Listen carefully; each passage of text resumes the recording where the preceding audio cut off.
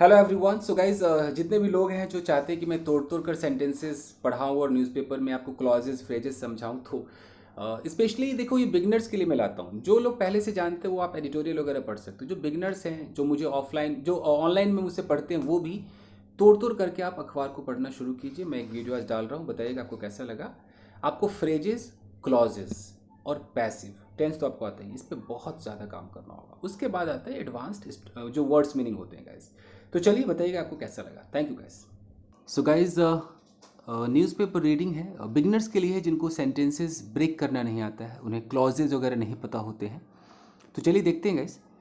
सबसे पहले तो ये मैं कराने वाला हूँ, एक ये छोटा सा न्यूज़ आर्टिकल है और इस न्यूज़ आर्टिकल में आपको बहुत कुछ सीखने को मिलेगा। जैसे अगर मैं स्ट्रक्चर्स की बात करूँ तो इतने से आर्टिकल में आपको प्रेजेंट पार्टिसिपल मिलेगा और ये आना ही चाहिए आपको। प्रपोजिशनल फ्रेज है, पैसिव का इस्तेमाल है, देखिए पास्ट पार्टिसिपल आपको मिलेगा। एक टर्म आता है रेजिडेंट ऑफ, ये स्ट्रक्चर है। आफ्टर के साथ हम पैसिव भी लगाते हैं, आफ्टर के साथ हम एक्टिव भी लगाते हैं। और नंबर ऑफ का इस्तेमाल है। अपोजिशन आता है बार बार। अनटिल का इस्तेमाल है। हैज़ टू बी का इस्तेमाल है, या वुड हैव टू बी हम कैसे लगाएंगे। तो ये सब आपको सीखने को मिलेगा, मैं ये सिखाऊंगा। तो बस आप फॉलो कीजिए और देखिए कैसे आपको न्यूज़पेपर पढ़ना आ जाएगा। तो अगर मैं हेडलाइंस की बात करूं दोस्तों, तो यहाँ पर क्या लिखा हुआ है कि मैन अटैक्ड। और मैं अपने आप को इस बार शूट नहीं कर रहा हूँ, बड़ा टफ हो जाता है, खुद को शूट करो फिर न्यूज़पेपर शूट करो। तो आप मुझे पहचान ही गए होंगे, मेरा नाम चंदन सिंह है। ठीक है, चैनल का नाम है English with Chandan. Okay, so man attacked by pack of dogs in south Delhi. फिर यहाँ लिखा है रेजिडेंट्स होल्ड प्रोटेस्ट। हम हेडलाइंस को कैसे समझे? हेडलाइंस को समझने के लिए सबसे पहले तो अगर वो वर्ब की थर्ड फॉर्म में है तो ऑफ कोर्स वो पैसिव है। यहाँ पर लिखा हुआ है मैन अटैक्ड। पता है होता क्या है कि जिन लोगों को नहीं पता होगा ना, जो पहली बार पढ़ेंगे, उनको ऐसा लगेगा कि अच्छा मैन सब्जेक्ट हो गया, अटैक्ड लगता है मैन ने अटैक अटैक कर दिया। लेकिन ये पैसिव है, मैन को अटैक किया गया। किसके द्वारा अटैक किया गया? यहाँ तो चलो बाई लग गया तो आपको पता भी चल गया पैसिव है। By pack of dogs. Pack of dogs का मतलब कुत्तों का एक झुंड था, झुंड के लिए पैक का इस्तेमाल किया गया। तो इन साउथ दिल्ली, ये कब कहाँ पर हुआ? साउथ दिल्ली में हुआ। लिखा है कि रेजिडेंट्स होल्ड प्रोटेस्ट। अब प्रेजेंट इंडेफिनिट का भी यूज होता है। तो होल्ड है तो हम इसको हेल्ड समझेंगे कि रेजिडेंट का मतलब जो वहाँ के निवासी है। तो निवासियों ने क्या किया? एक प्रोटेस्ट रखा। तो हेडलाइन की एक प्रॉब्लम है, मैं इसको प्रॉब्लम ही कहूँगा। ऐसे आपको बताता हूँ, एक मिनट दीजिए। ऐसे फिजिकल न्यूज़पेपर पढ़ाओ, बड़ा टफ है शूट करना भी, कैमरा पोजीशन पता नहीं चलता है। देखिए गैस, होता क्या है, एक मिनट, दिख रहा है आपको? ओके, अगर यहाँ पर ऐसे लिखा हो कि अ बॉय, और ऐसे लिखा हो अ बॉय स्टैब्ड,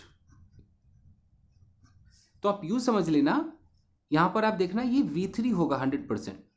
और आप समझ लेना कि यहाँ जो नाम लिखा है ना, ये रिसीवर है, इसने कुछ नहीं किया है, ये रिसीवर है। इसके साथ कुछ हुआ, यानी कि लड़के को अटैक स्टैब किया गया, चाकू मारा गया। अगर हम इसको वाकई पैसिव में जब लिखते हैं पूरा ग्रामर लगा करके, तो हम कैसे लिखते हैं? ऐसे लिखते हैं कि अ बॉय, हम यहाँ पर वॉज लगाते हैं, बॉय वॉज स्टैब्ड। अगर मुझे पास्ट का दिखाना हो कि एक लड़के को चाकू मारा गया, ये पास्ट इंडेफिनिट का पैसिव है। ये बॉय हमारा सब्जेक्ट है, लेकिन ये डूअर नहीं है, ये रिसीवर है, इसने कुछ नहीं किया, इसके साथ कुछ हुआ। लेकिन हेडलाइन जब भी आप पढ़ेंगे तो हेडलाइंस में कोई भी आपको वाज वर हैज बीन नहीं दिया होगा, ये मैं गारंटी लिख कर देता हूँ। हाँ, बॉलीवुड न्यूज़ में कई बार हेडलाइंस एक प्योर ग्रामर में दे भी देते हैं, बट ये सब न्यूज़ में तो नहीं मिलेगा आपको। और आपको प्रेजेंट इंडेफिनिट में जब भी दिखाई दे तो यूँ समझ लेना कि वो काम हो चुका है, ये उनका स्टाइल है। आगे देखें, चल। फिर यहाँ पर एक और सब हेडलाइन देख लीजिए, यहाँ लिखा है कि they blame dog lovers for growing menace. They कौन? ये जो रेजिडेंट्स हैं इनको दे कहा जा रहा है कि ये ब्लेम करते हैं डॉग लवर्स को, जो कुत्तों से प्यार करते हैं। क्यों ब्लेम करते हैं? तो फॉर के साथ वर्ब में आईएनजी लगाया गया है। फॉर ग्रोइंग मेनस, मेनस का मतलब होता है आतंक टाइप, जो बहुत ही बेकार हो, खराब हो, जो सोसाइटी के लिए सही नहीं हो, मेनस होता है। यानी कि ये डर, ये मेनस, ये आतंक फैलाने के लिए, ग्रो करने के लिए, बढ़ाने के लिए वो ब्लेम करते हैं। 8 स्ट्रेज कॉट। अब देखिए कॉट लिखा है, आप समझ गए ना, यहाँ कोई वाजवर नहीं है, हम समझ जाएंगे कि अच्छा ये इसके साथ हुआ, इनको पकड़ा गया। 8 स्ट्रेज, स्ट्रेज का मतलब क्या है? स्ट्रे डॉग, जो गली के जो कुत्ते होते हैं, आवारा कुत्ते होते हैं। तो आप उनको स्ट्रे डॉग कहेंगे, स्ट्रीट डॉग्स नहीं कहेंगे, स्ट्रे डॉग कहेंगे। तो 8 जो गली के कुत्ते हैं उनको पकड़ा गया बाय सिविक बॉडी स्क्वाड, यानी कि जो कुत्तों के लिए जो आता है ना स्क्वाड पकड़ने वाले, पकड़ा गया। तो ये तो हेडलाइन की है कहानी। अब पढ़ते हैं जो हमारा मेन पार्ट है, उसको पढ़ते हैं, शुरू करें। चलिए, यहां पर लिखा है कि अ 50-year-old मैन, ठीक है, और इस मैन के बगल में लिखा हुआ है walking towards his home after parking his car was attacked by a pack of dogs. पहले हम यहीं तक देखते हैं। हमें क्या करना है दोस्तों, इस वॉज को देखना है। वॉज से पहले जितना आइटम होगा ना, वो सारा का सारा हमारा सब्जेक्ट है। यानी कि वॉज से पहले अगर मैं इस A50, ये ए से लेकर अगर ये कार तक का अगर मैं देखूं, ये पूरा जो आप देख रहे हैं ये एक सब्जेक्ट है। तो ये सब्जेक्ट इतना बड़ा है, ये एक नाउन फ्रेज है। नाउन फ्रेज क्या होता है, उसमें एक नाउन होता है। जैसे यहाँ पर लिखा हुआ ओल्ड मैन, ये मैन हमारा नाउन है। बाकी इस मैन से पहले जो होगा इसको बोलेंगे प्री मोडिफायर, इस मैन के बाद जो होगा उसको बोलेंगे पोस्ट मोडिफायर, और ये मिलाकर के एक पूरा का पूरा फ्रेज तैयार करता है। फ्रेज के अंदर अपना कोई वर्ब नहीं होता है। तो ये जो प्री मोडिफायर, तो चलो आसान भी है कि इसमें आपको आर्टिकल दिखाई देगा, जैसे ए है, आपको नंबर दिखाई देगा, जैसे 50 लिखा हुआ है, आपको एडजेक्टिव दिखाई देगा, जैसे ओल्ड है, इसको प्री मोडिफायर कहते हैं। तो अ 50-year-old मैन, याद रखिए अगर ए लग गया हो तो इस ईयर में ईयर्स नहीं लगा सकते आप, बहुत ख्याल रखिएगा। तो एक 50 साल का बूढ़ा व्यक्ति, ओल्ड मैन, यानी कि बूढ़ा नहीं कहेंगे, 50-year-old का मतलब 50 साल का व्यक्ति। वो कहा जाता है ना 10 years old और 5 years old, वही। ये जो पोस्ट मोडिफायर है, इसके अंदर आपको present participle, past participle, clause कुछ भी मिल सकता है। तो यहाँ पर ये जो वॉकिंग लिखा हुआ है, ये वर्ब में आईएनजी है, यही है आपका प्रेजेंट पार्टिसिपल। इस मैन के बारे में एक एक्स्ट्रा इंफॉर्मेशन दे रहा है। कौन सा मैन? वो आदमी, वो 50 साल का आदमी, वॉकिंग टुवर्ड्स हिज होम, जो अपने घर की तरफ चल रहा था। समझ में आ रहा है? अब ऐसे में लोग फंसते हैं कि यहाँ अचानक आईएनजी क्यों है। मैं आपको समझाता हूँ कि इसको हम और किस किस वे में कर सकते थे। हम इसको ऐसे भी कर सकते थे, एक मिनट दीजिएगा। अगर मैं इसको ऐसे बोलता कि अ 50-year-old मैन, ठीक है। अगर मैं चाहता यहाँ पर हु लगा देता, मैं लगाता हु और फिर लगा देता कि who was walking towards his home. अब भी ये हमारा नाउन फ्रेज ही रहता। क्यों रहता? हम बात कर रहे मैन की। मैन से पहले ये क्या है भैया? ये है प्री मोडिफायर। मैन के बाद ये क्या है पूरा का पूरा? ये है पोस्ट मोडिफायर। तो पोस्ट मोडिफायर के अंदर क्या क्या हो सकता है? पोस्ट मोडिफायर के अंदर क्लॉज भी आ सकता है। तो ये क्लॉज ही तो है, यहाँ पर एक रिलेटिव प्रोनाउन है और इसके बाद एक सेंटेंस है। क्लॉज में क्या होता है कि एक सब्जेक्ट होगा, एक वर्ब होगा। तो यहाँ पर ये हु जो है इस सब्जेक्ट का काम कर रहा है, ये वॉकिंग जो है वर्ब का काम कर रहा है, ये क्लॉज है। तो किसी को क्लॉज लिखना पसंद है, कोई और छोटा करना चाहता है, तो क्लॉज को छोटा कर देगा तो क्या बन जाएगा? फ्रेज बन जाएगा। तो ये जो हु वॉज वॉकिंग है, अगर मैं इसको छोटा कर दूं तो मैं हु वॉज को हटा दूंगा, मैं ऐसे लिखूंगा कि अ 50-year-old मैन, ठीक है। और इस मैन के बगल में मुझे सिर्फ इतना लिख देना है वॉकिंग, बस मैंने हु वॉज हटा दिया। वॉकिंग टुवर्ड्स हिज होम, मैंने इतना कर दिया। तो ये वॉकिंग टुवर्ड्स हिज होम, ये कहलाएगा प्रेजेंट पार्टिसिपल फ्रेज। अब ये फ्रेज हो चाहे ये हु वॉज के साथ ये क्लॉज हो, ये भैया काम क्या करते हैं? ये काम तो एडजेक्टिव का करेंगे। ये सब एडजेक्टिव है दोस्तों, A to Z ये एडजेक्टिव कहलाते हैं। एडजेक्टिव क्यों है? क्योंकि ये मैन के बारे में कुछ बता रहा है। कौन सा आदमी? वही आदमी जो अपने घर की तरफ बढ़ रहा था। ओके, चलिए आगे देखें। ऐसे समझिए, मज़ा आएगा आपको। शूट करना थोड़ा तो प्रॉब्लम हो रहा है, बट मैनेज करते हैं। टेढ़ा मेढ़ा सा लग रहा है कि मैंने टेढ़ा स्क्रीन कर दिया है। एनीवेज, चलिए अब यहाँ पर हो गया, यहाँ पर वॉज आया है और वॉज के बाद यहाँ वर्ब की थर्ड फॉर्म है। तो भाई अब आपको पता है वॉज वर्ब के साथ वर्ब की जब थर्ड फॉर्म आती है तो पैसिव माना जाता है। कोई कोई एडजेक्टिव भी होता है, तो ये पैसिव है। ये सब्जेक्ट, यानी कि 50 साल के व्यक्ति को अटैक किया गया। वॉज अटैक का मतलब इसको अटैक किया गया किसके द्वारा? तो by a pack of dogs, कुत्तों के झुंड के द्वारा। फिर यहाँ पर लिखा है in the middle of the night. कब अटैक किया गया? तो ये प्रेपोजिशनल फ्रेज है। इन देख रहे हैं, in the middle of the night, वो प्रेपोजिशनल फ्रेज जो आपका व्हेन का जवाब दे। तो वो एडवर्ब का काम करता है। मैं थोड़ा सा और आपको समझाता चलो यहाँ पर, ठीक है। आप में से जो भी वीडियो देख रहे हैं, अगर वो जल्दीबाजी में है कि घोड़े पर सवार हैं तो बता दीजिएगा, उनके लिए फिर ये वीडियो नहीं है, थोड़ा तो टाइम लीजिए। देखिए, आपको पूरे न्यूज़पेपर में आपको मिलना ही मिलना है, मैं गारंटी के साथ बोलता हूँ, आपको मिलेगा प्रेपोजिशनल फ्रेज। ये प्रेपोजिशनल फ्रेज भैया दो काम करते हैं, एकदम ध्यान में रख लीजिए। पहला काम क्या करता है? पहला काम ये एडजेक्टिव का करता है, और दूसरा काम क्या करता है? ये बनता है एडवर्ब। एडजेक्टिव कब बनेगा?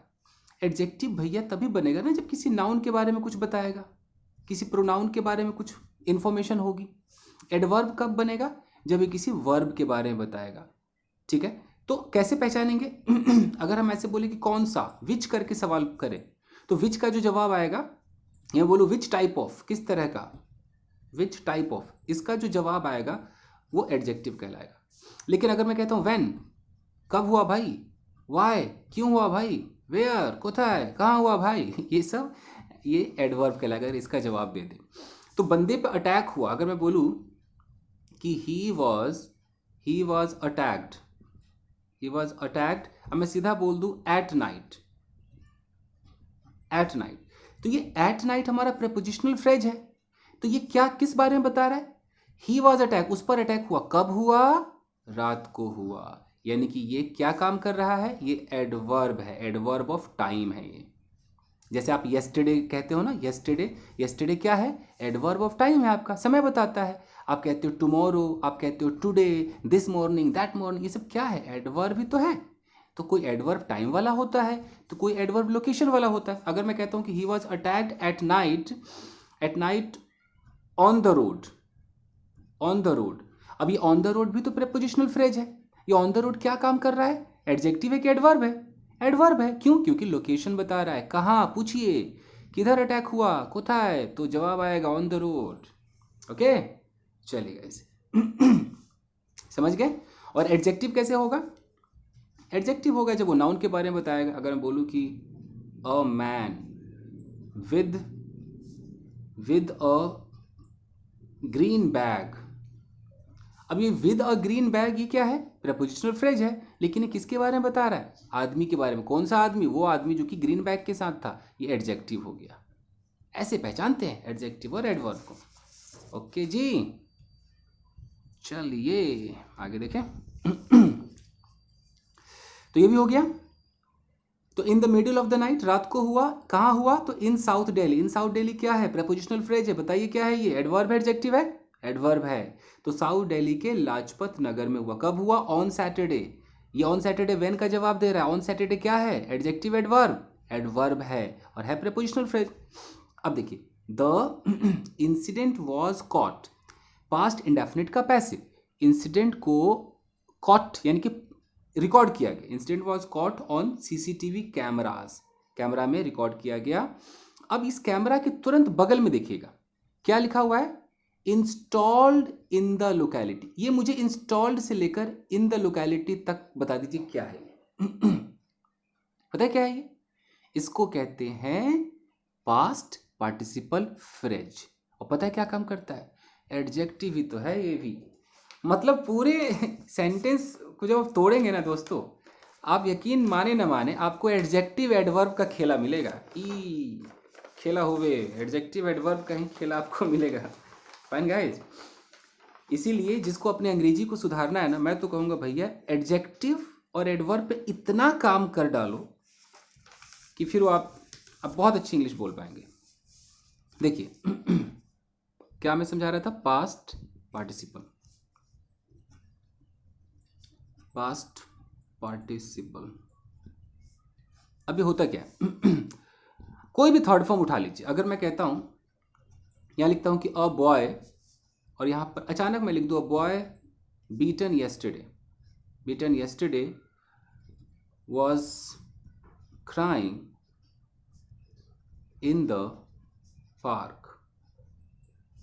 तो यहां अ बॉय, ये एक लड़का है। अचानक ये जो बीटन आप देख रहे हैं ना, थर्ड फॉर्म, ये बीटन इस बॉय के बारे में बता रहा है। कौन सा लड़का? वो लड़का जिसको पीट दिया गया। पैसिव है, पूरा पैसिव है, ये पैसिव ही रहेगा। अ बॉय जिसको पीट दिया गया, कब पीटा? कल पीटा। क्या कर रहा था? वो रो रहा था। कहाँ रो रहा था? पार्क में रो रहा था।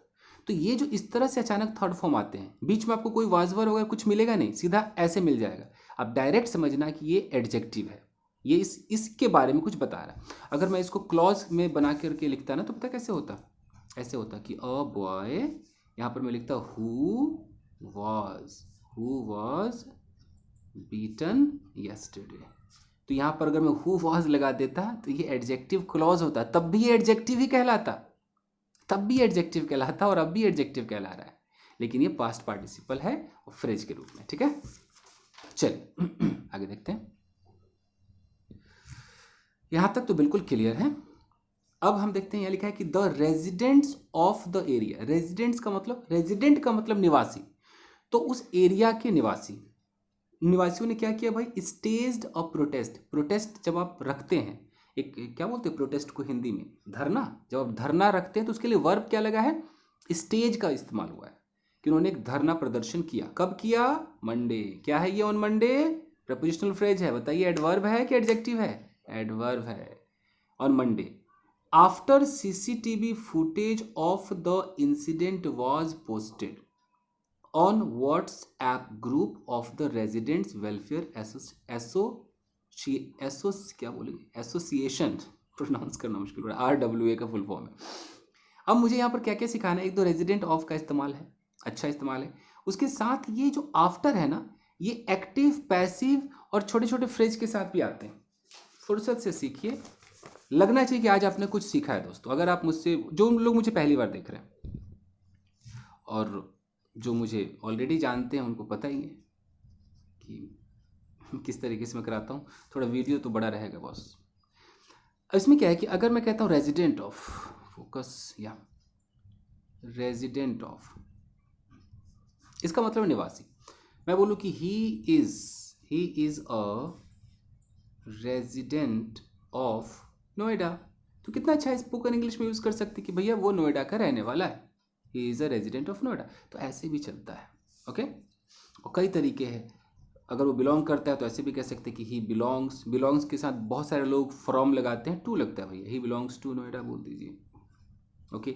आप ऐसे भी कह सकते हैं कि ही हेल्स के साथ फ्रॉम लगाइए, ही हेल्स फ्रॉम नोएडा, वो नोएडा का रहने वाला है। नहीं तो he lives in Noida, he resides in Noida, कई तरीके, he dwells in Noida. Anyways, इसके बाद आता है दोस्तों आफ्टर के बाद हम क्या क्या कर सकते हैं? देखिए, आफ्टर के बाद सबसे आसान तो ये कहना होगा कि आफ्टर के बाद आप एक जेरेंड लगा देते हैं। जेरेंड का मतलब क्या होता है कि वर्ब है, वर्ब में आईएनजी है। हम कैसे बोलेंगे? खाने के बाद, तो आफ्टर लगाया, और हमारा खाना एक्शन है तो इस एक्शन में आईएनजी लगा दीजिए, आफ्टर ईटिंग। हम ऐसा क्यों करते हैं? ये क्यों करते हैं भाई? आफ्टर हमारा एक प्रेपोजिशन है, तो इस प्रेपोजिशन के बाद हमें क्या चाहिए? हमें कोई नाउन चाहिए, और नहीं तो प्रोनाउन चाहिए जो ऑब्जेक्टिव फॉर्म में हो। यही होता है। तो नाउन, अब वर्ब की फीलिंग आ रही है लेकिन हमें दिखाना नाउन है, तो मजबूरी है कि आईएनजी लगा देंगे आप, तो ये वर्ब जो है वो नाउन बन जाएगा, कहलाएगा क्या? जेरेंड कहलाएगा। तो जब जब हमें कोई प्रेपोजिशन के बाद कोई एक्शन लगाना है तो हमारी मजबूरी बनती है कि हम आईएनजी लगाएं, उसको नाउन बनाना जो पड़ता है। तो एक तो आफ्टर ईटिंग आप कह सकते हैं, एक होता है कि आप आफ्टर कहते हैं और आफ्टर के बाद आप कोई नाउन या नाउन फ्रेज डायरेक्ट बोल देते हैं, या तो कोई नाउन होगा या वो नाउन फ्रेज होगा। नाउन फ्रेज का मतलब है कि भाई उसमें आर्टिकल फार्टिकल कुछ ना कुछ लगा होगा। जैसे मैं कहता हूं कि आफ्टर द क्लास, तो आफ्टर द क्लास का ये क्या है? द क्लास हमारा एक नाउन फ्रेज है, तो आप ऐसे भी कह सकते हैं। यहां तक तो सबको पता है। बंदा कहां फंसता है न्यूज़पेपर में? आफ्टर होगा, आफ्टर के बाद एक पैसिव सेंटेंस होगा, जैसे ऐसे लिखा होगा, मान लीजिए कि after he was beaten, after he was beaten, तो ये आफ्टर है, और ये जो ही वॉज बीटन है ये पूरा का पूरा एक पैसिव वाक्य हो गया। इसका मतलब क्या हो गया कि उसके पिट जाने के बाद, ओके। आफ्टर के बाद एक्टिव भी आ सकता है, आफ्टर राम स्लैप्ड हिम, यानी कि राम ने उसको थप्पड़ मारा उसके बाद। तो आफ्टर के बाद ये दो स्ट्रक्चर्स याद रख लीजिए, पैसिव भी आ सकता है, एक्टिव भी आ सकता है। देखिए न्यूज़पेपर में है, कैसे है देखिए, तो यहाँ लिखा है कि जो रेजिडेंट है उन्होंने स्टेज प्रोटेस्ट किया, धरना दिया, मंडे को दिया। किस चीज के बाद? After CCTV footage of the incident was posted, यानी कि पैसिव है ना, सीसीटीवी जो घटना का था उसको पोस्ट किया गया कहाँ पर? व्हाट्सएप ग्रुप में। किसके व्हाट्सएप ग्रुप में? RW के व्हाट्सएप ग्रुप में जब पोस्ट किया गया, उसके पोस्ट करने के बाद ये जो रेजिडेंट है इन्होंने क्या किया? धरना दिया। अब क्लियर समझ में आ गया? चलिए आगे देखते हैं। तो ये पैसिव वाला था आफ्टर, कभी आपको एक्टिव वाला मिल जाएगा।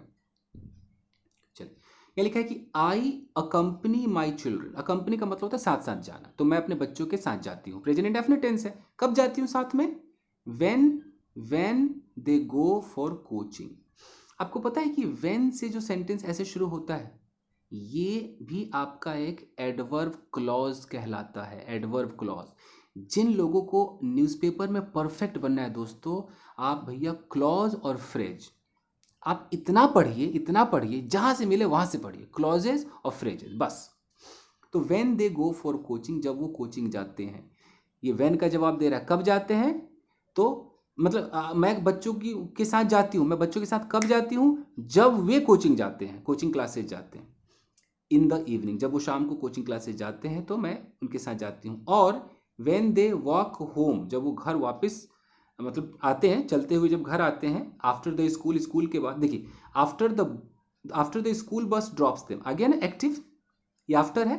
और आफ्टर के बाद देखिए एक्टिव है, the school bus drops them, कि स्कूल बस जब उनको ड्रॉप करती उसके बाद, स्कूल बस जब ड्रॉप करती उसके बाद जब वो घर चल कर के आते हैं तब भी मैं अकम्पनी करती हूँ, साथ में जाती आती हूँ या जाता आता हूँ।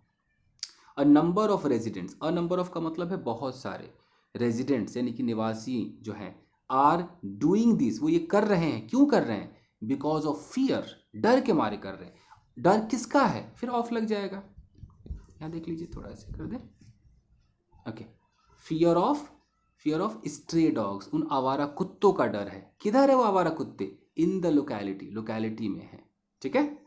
सेड सुमन सेठी, सुमन सेठी ने कहा। कौन है सुमन सेठी? यहां पर एपोजिशन लगा है, और रेजिडेंट एक निवासी है। तो मैं कुछ चीजें आपको सिखाऊं, चलो। हो गॉड, देखिए गाइस, न्यूज़पेपर में आपको एपोजिशन दिखाई देगा, आपको नाम पता हो ना हो। तो होता क्या है, इसमें कॉमा लगा होता है, कॉमा के बाद एक फ्रेज लिखा होता है। जैसे अगर मैं कहता हूं कि अजीत इज डांसिंग, इसका मतलब है कि भाई अजीत नाम का जो लड़का है वो डांस कर रहा है, सिंपल। लेकिन मुझे अजीत के बारे में एक एक्स्ट्रा इन्फॉर्मेशन देना है। अब मैं कहता हूँ अजीत, एक कॉमा लगा दिया। अब मैंने यहाँ पर लिख दिया कि रेजिडेंट ऑफ ग्रेटर नोएडा, और यहाँ कॉमा लगा दिया, नहीं भी लगा सकते हैं कॉमा, इज डांसिंग। तो अब ये a resident of greater Noida छोटा सा फ्रेज है। ये फ्रेज क्या काम कर रहा है? अजीत के बारे में एक एक्स्ट्रा इन्फॉर्मेशन दे रहा है। तो हम ऐसे जब फ्रेज लगा देते हैं इसको एपोजिशन कहते हैं। ये भी कहीं ना कहीं तो आखिर एडजेक्टिव ही है ना, काम तो वही कर रहा है। तो अजीत जो कि एक निवासी है ग्रेटर नोएडा का, वो डांस कर रहा है, ये होता है एपोजिशन। क्लियर हो गया? उसके बाद आता है ए नंबर ऑफ। कई बार आपको दिखाई देगा ए नंबर ऑफ, या इसको अ नंबर ऑफ बोलेंगे। तो अ नंबर ऑफ का मतलब है कुछ। जैसे मैं बोलूँ कि a number of students force me to teach grammar, यानी कि कुछ स्टूडेंट्स हैं जो मुझे ग्रामर पढ़ाने के लिए फोर्स करते हैं। तो अ नंबर ऑफ का मतलब है कुछ। लेकिन अगर आ जाए द नंबर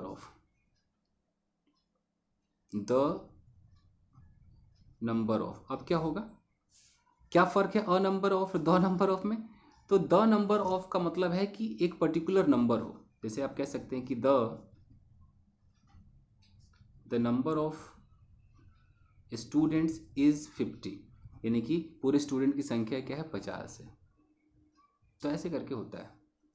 चलिए कैसे आगे देखते हैं,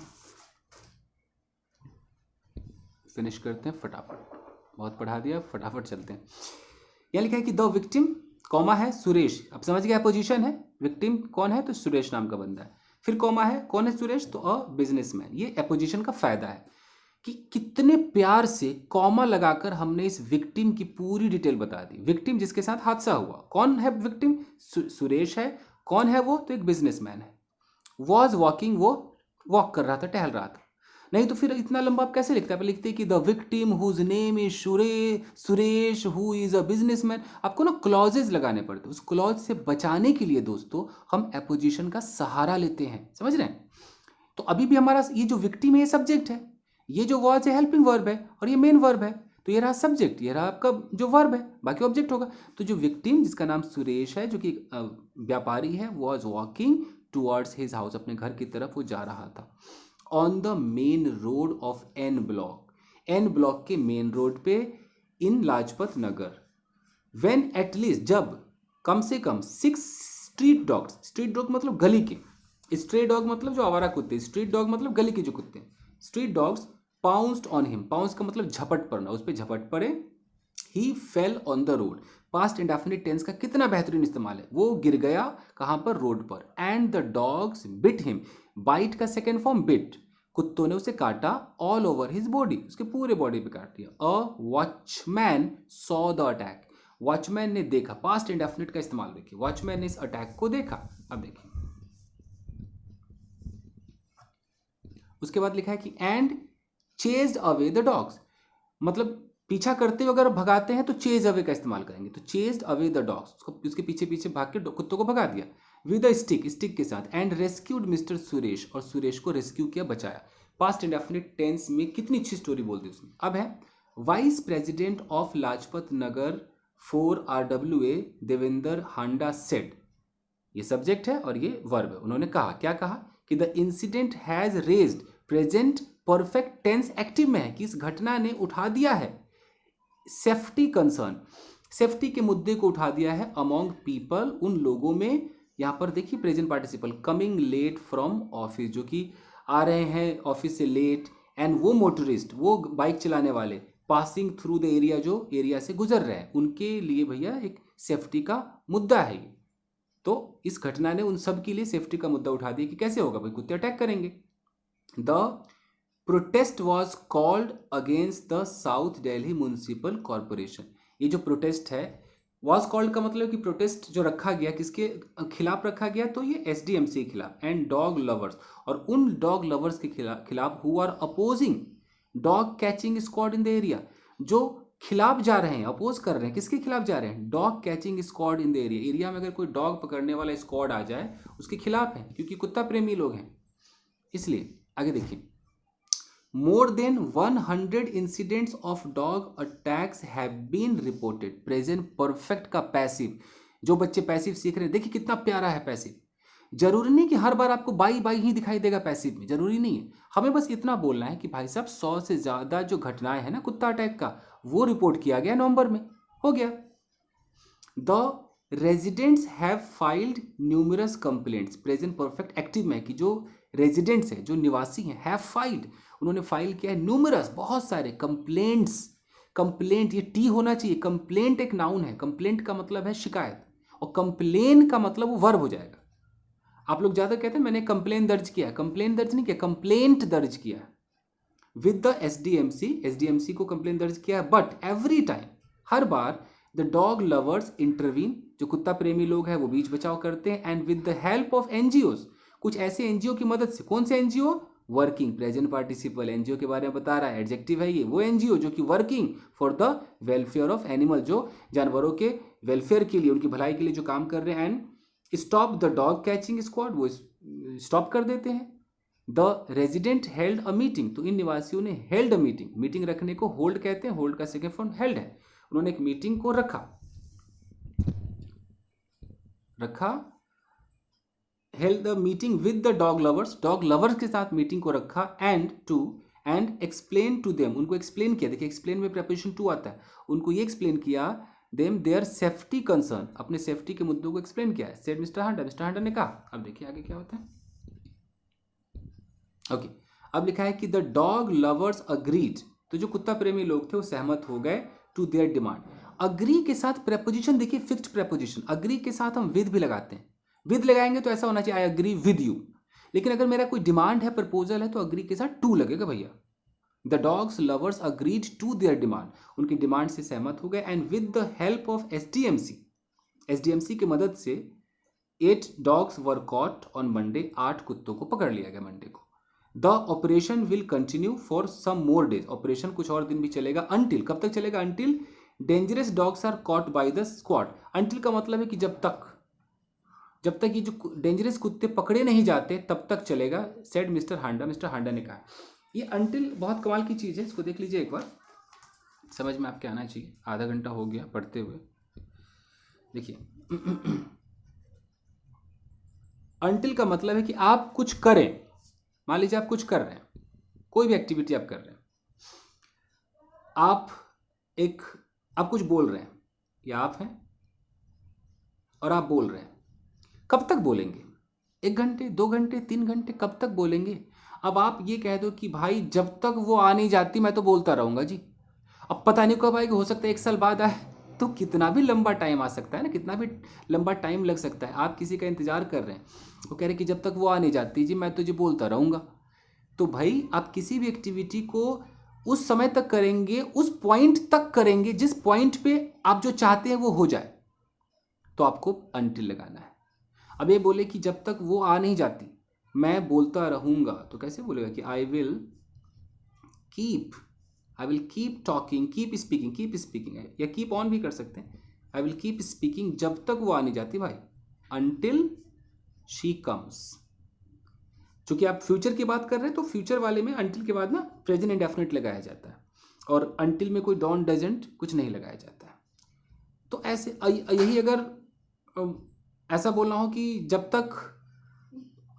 तक वो लोग कुत्ते को पकड़ नहीं लेते तो पता नहीं कुत्ते को कब पकड़ेंगे, तो कैसे होगा? Until they catch the dog. जब तक वो कुत्ते को पकड़ नहीं लेते हम भैया ये खत्म नहीं करेंगे, we will not finish it. तो ये अंटिल है गाइस. चलिए देखिए खत्म करते हैं फटाफट गाइस, बहुत टाइम हो गया. बताना आप कि आपको कैसा लगा ये, तोड़ कर पढ़ाना. देखिए, a senior SDMC official said, past and definite. Official ने कहा, क्या कहा? The dogs would be kept. ये वुड क्यों आ रहा है? Would be kept under observation, कुत्तों को ऑब्जर्वेशन में रखा जाएगा.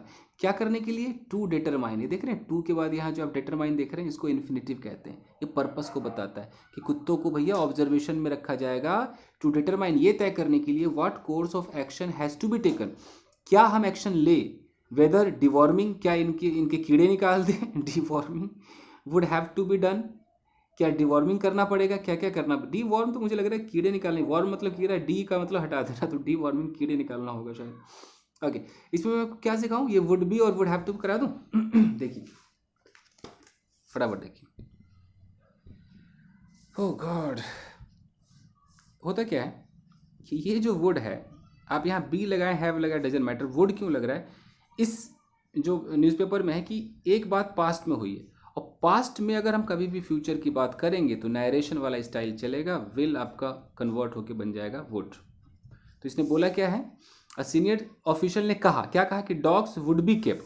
तो कहा, मैं बोलूँ कि उसने कहा, ही सेड, और मैं यहाँ पर बोलूँ कि कुत्ते को ऑब्जर्वेशन में रखा जाएगा. तो अगर मैं डायरेक्ट बोलूँगा तो मैंने बोला कि द डॉग्स, या मैं विल भी बोलूँगा कि dogs will be kept under observation. लेकिन जब मैं इसको नरेशन में चेंज कर दूंगा, मैं बोलूँ कि ही सेड दैट, आजकल तो लोग दैट भी नहीं लगाते हैं, तो ही सेड दैट. अब मैं क्या करूँगा कि द डॉग्स, अब यहाँ विल को करना पड़ेगा वुड, और चूंकि पैसिव है विल बी केप्ट तो हम वुड बी केप्ट कर देंगे, would be kept under observation. एक तो ये है. जहाँ मैं करूँगा विल हैव टू करना पड़ेगा, जैसे कि भाई मुझे यहाँ पर विल हैव टू क्या था? Would have to be done. जैसे कि यह काम किया जाना पड़ेगा, करना पड़ेगा, मैं कैसे बोलूँगा पैसिव में कि दिस वर्क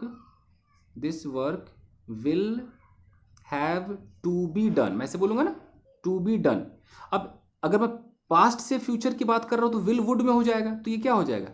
इस काम को किया जाना पड़ेगा, तो दिस वर्क, यही विल बन जाएगा would. This work would have to be done. ठीक है जी. उसी तरीके से हैज़ टू, हैव टू है, फटाफट पढ़ा रहा हूँ. अगर मैं कहता हूँ हैज़ टू, मैं कहता हूँ कि भाई उसे इस काम को करना है, तो मैं बोलता हूँ कि she has to do this work. लेकिन मुझे इसका पैसिव करना है, यह वर्क किया जाना है, तो मैं क्या बोलूँगा कि दिस वर्क दिस वर्क यहाँ लगाना पड़ेगा हैज़ टू बी, और यहाँ डन करना होगा, this work has to be done by her. तो एक ये होता है आपका पैसिव वाला हैज़ टू बी। एक हैज़ टू बी होता है कि उसे वहाँ होना ही होना है भाई, तय है, नहीं होगी तो मार्क आएगी। She has to be there, she has to be there, उसे रहना ही रहना है, होना ही होना है। ओके जी, चलिए कंप्लीट। जरा सा बच्चा कर लेते हैं, इतना सा बच्चा। यहाँ लिखा है कि an official from the veterinary, veterinary मतलब जो जानवरों के जो डॉक्टर होते हैं वहाँ का जो ऑफिशियल है उस डिपार्टमेंट का, सेट कहा कि that under the animal birth control guidelines, ये कोई गाइडलाइंस है, इसके तहत stray dogs are routinely caught, जो आवारा कुत्ते उनको रूटीन के तौर पर पकड़ा जाता है, प्रेजेंट इंडेफिनिट का पैसिव है, कॉट एंड स्टरलाइज, उनको साफ सफाई की जाती है, and then release in the same area, फिर उन्हें वहीं पर छोड़ दिया जाता है। चलिए guys, so thank you very much everybody, I hope कि आपके समझ में आया होगा। मिलते हैं अगले वीडियो में, till then take care, keep practising and have fun. Thank you guys.